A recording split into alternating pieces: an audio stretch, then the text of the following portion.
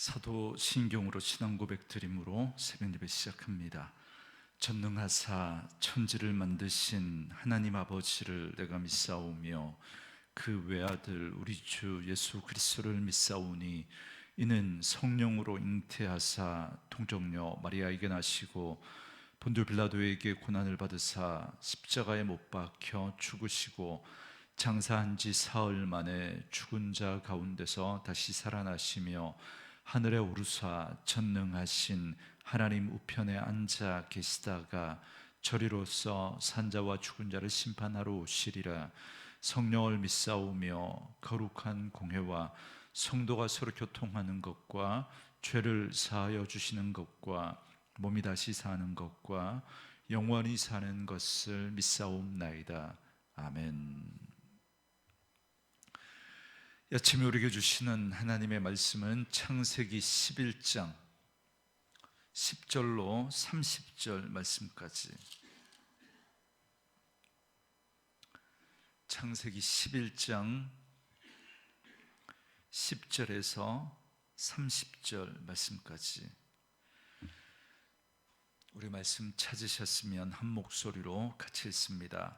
셈의 족보는 이러하니라. 셈은 100세 곧 홍수 후 2년에 아르박삭스를 낳았고 아르박삭스를 낳은 후에 500년을 지내며 자녀를 낳았으며 아르박삭스는 35세에 셀라를 낳았고 셀라를 낳은 후에 403년을 지내며 자녀를 낳았으며 셀라는 30세 에벨을 낳았고 에벨을 낳은 후에 403년을 지내며 자녀를 낳았으며 에벨은 34세에 벨렉을 낳았고 벨렉을 낳은 후에 430년을 지내며 자녀를 낳았으며 벨렉은 30세에 르우를 낳았고 르우를 낳은 후에 209년을 지내며 자녀를 낳았으며 르우는 32세에 수룩을 낳았고 수룩을 낳은 후에 207년을 지내며 자녀를 낳았으며 수룩은 30세에 나홀을 낳았고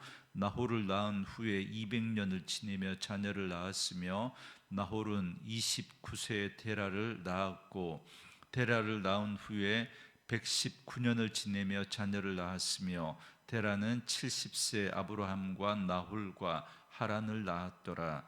데라의 족보는 이러하니라. 데라는 아브람과 나홀과 하란을 낳고 하란은 롯을 낳았으며 하란은 그 아비 데라보다 먼저 고향 갈대아인의 우르에서 죽었더라. 아브람과 나홀이 장가 들었으니 아브라함의 아내의 이름은 사레며 나홀의 아내의 이름은 밀가니 하란의 딸이요 하란은 밀가의 아버지이며 또 이스가의 아버지더라. 사레는 임신하지 못함으로 자식이 없었더라.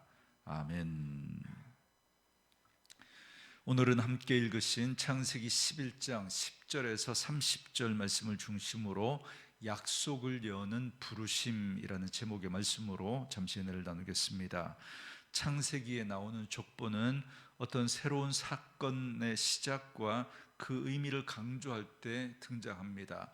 어떤 한 사건이 이렇게 전개되다가 이제 새로운 사건을 이어갈 때 중간에 족보가 등장해서 그 족보의 마지막에 나오는 그 이름, 그게 이제 앞으로 이야기할 이야기의 주인공으로 그렇게 족보가 등장합니다. 오늘 본문에 나오는 족보는 사실 앞에 창세기 10장 25절에서 이어져야 맞습니다. 16절에 보면 셈의 후손 가운데 에벨은 벨렉을 낳습니다. 벨렉은 나뉘다라는 뜻으로 그때 바벨탑 사건으로 세상이 나뉘었다라는 사실을 우리가 앞에 10장에서 살펴보았습니다. 그런데 10장 25절 이하의 말씀을 보면 에벨은 벨렉뿐만 아니라 욕단을 낳았고 이어서 욕단의 족보만을 언급하였습니다. 그리고 벨렉의 족보는 바로 오늘 본문에 등장합니다. 그래서 오늘 본문의 족보는 셈의 족보라고는 하지만 실질적으로는 벨렉의 족보를 말해주고자 하는 것입니다. 그렇다면 왜 에벨의 두 아들의 족보를 따로 이렇게 언급하는 걸까요?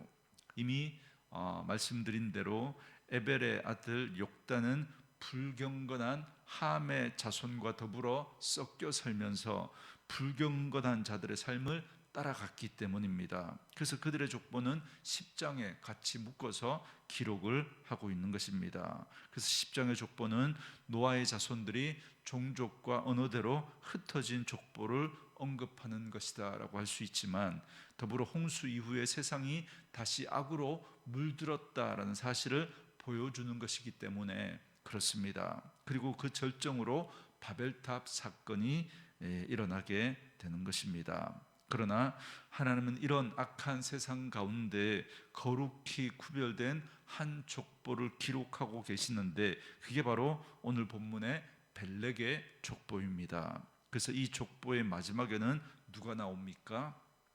26절에 보시면 데라는 70세 아브라함과 나홀과 하란을 낳았더라 그럽니다. 바로 아브라함을 등장시킵니다.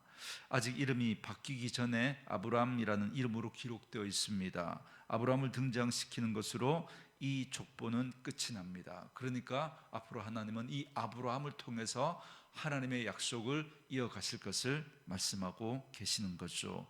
이 족보가 말해주고자 하는 메시지가 바로 여기에 있습니다. 하나님은 죄악된 그 세상 속에서 거룩한 그루터기를 남겨두시고 다시 새로운 구원의 역사를 시작하시겠다라는 겁니다. 그래서 마침내 아브라함을 부르신다라는 것입니다. 그러므로 오늘 본문은 너무나 중요한 족보입니다. 사실 창세기 1장부터 태초에 하나님이 천지를 창조하셨다라는 사실에서 시작된 원역사의 핵심은 바로 오늘 족보라고 해도 과언이 아닙니다. 함의 자손들이 가득하게 된 그 죄악된 세상에서 하나님은 셈의 후손 가운데 그 한 줄기 족보를 구별해서 하나님의 구원의 섭리를 이루어 가십니다. 온통 바벨탑을 쌓기에 혈안이 된 이 세상 가운데 자기가 자기의 인생의 주인 되어서 자기의 이름을 높이며 자기의 이익만을 구하며 자기를 위해서 더 높이 쌓기에 열을 올리는 이 세상에서 하나님은 한 줄기 의의 계보를 세우신 것입니다. 그런데 이 족보 가운데 우리가 눈여겨볼 것이 한 두 가지가 있습니다. 먼저 아브라함의 아버지 데라입니다. 여러분, 아브라함의 아버지 데라는 어떤 사람이었습니까? 그에 대해서 여호수아 24장 2절에서 여호수아가 이렇게 말해줍니다.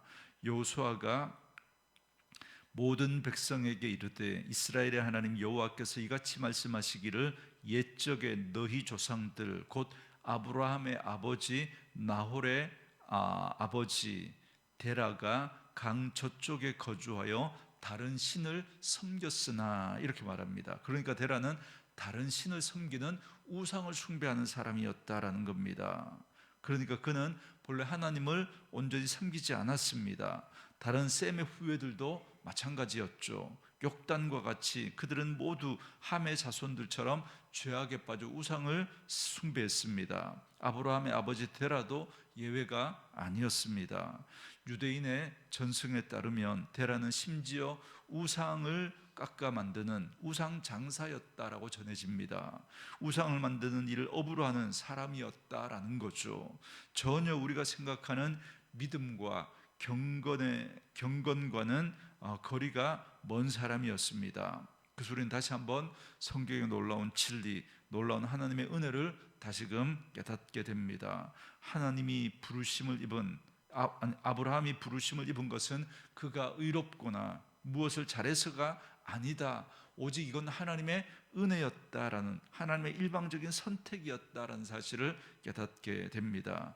이렇게 우상을 숭배하던 이 데라와 그 집안에서 하나님은 믿음의 조상 아브라함을 세우셨습니다. 오직 하나님의 은혜이고 하나님의 열심으로 이루어진 일입니다. 아브라함이 처음부터 믿음이 좋아서 하나님이 그를 부르신 것이 아니라는 겁니다. 우상 숭배하는 집안 가운데서 하나님이 그를 선택하여 믿음의 사람으로 만드시고 100세에 얻은 아들 이삭까지도 하나님의 말씀에 순종하여 바칠 수 있는 그런 믿음의 소유자로 하나님이 아브라함을 인도하신 겁니다. 그러므로 오늘 우리도 연약한 믿음 가운데 있습니다. 우리도 믿음이 없어서 세상에서 방황하고 세상에서 넘어지고 믿음이 흔들리는 그런 우리들입니다. 말씀을 안다고는 하지만 보이지 않는 하나님보다 보이는 세상을 더 의지하고 싶어 합니다. 그렇지만 우리는 이런 말씀을 통해서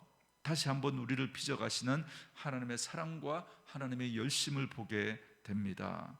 내가 믿음이 좋아서가 아니라 하나님이 선택하셔서 나를 부르시고 나를 하나님의 자녀 삼으시고 오늘까지 그리스도를 통해 이 생명의 자리로 우리를 인도해 주셨습니다. 그 하나님의 은혜로 우리를 부르신 그 하나님께서 앞으로 우리의 삶도 하나님의 열심으로 인도해 가실 것입니다. 하나님을 사랑하는 자 곧 그 뜻대로 부르심을 입은 자들에게는 모든 것이 합력하여 선이 된다 말씀해 주셨습니다. 그러므로 오늘 우리는 이 말씀을 통해서 아브라함에게 일하셨던 그 하나님, 아브라함을 아브라함 되게 하셨던 그 하나님께서 오늘 우리들도 하나님의 섭리와 계획 가운데 하나님이 부르신 그 뜻에 따라 우리를 복되게 하시고 우리를 더욱더 믿음의 사람으로 세워 가실 줄 믿습니다.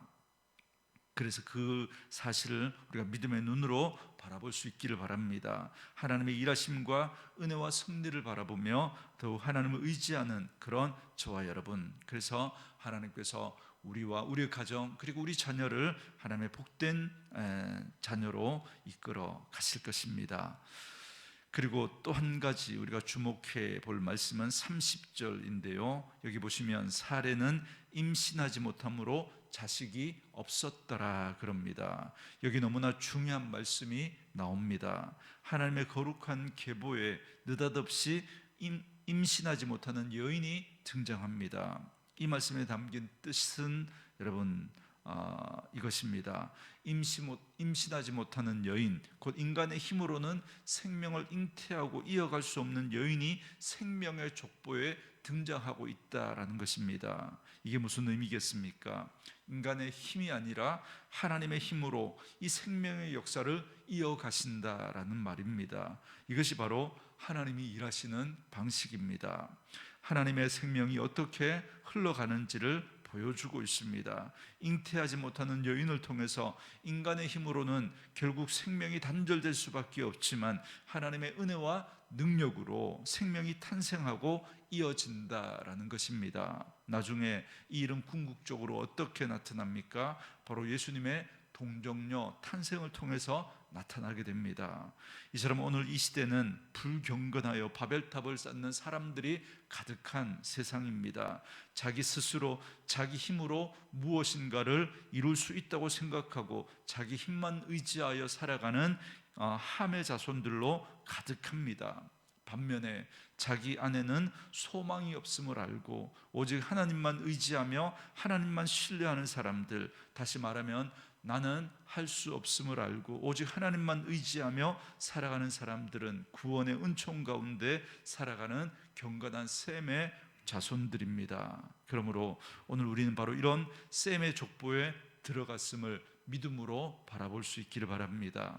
우리는 비록 부족하고 연약하지만 하나님의 열심히 반드시 우리를 변화시켜 하나님의 약속을 이루어 가실 것입니다. 우리를 새롭게 하시고 의로운 자녀로 살게 하십니다. 그러므로 이 은혜를 바라보며 이제 내가 주인이 아니라 하나님이 주인이 되시고 내 생각이 아니라 하나님의 뜻을 따라 구하고 의지함으로 이제 구원의 은총에 더욱더 합당한 믿음으로 살아가는 저와 여러분 되어줄 수 있기를 주님의 이름으로 축원합니다.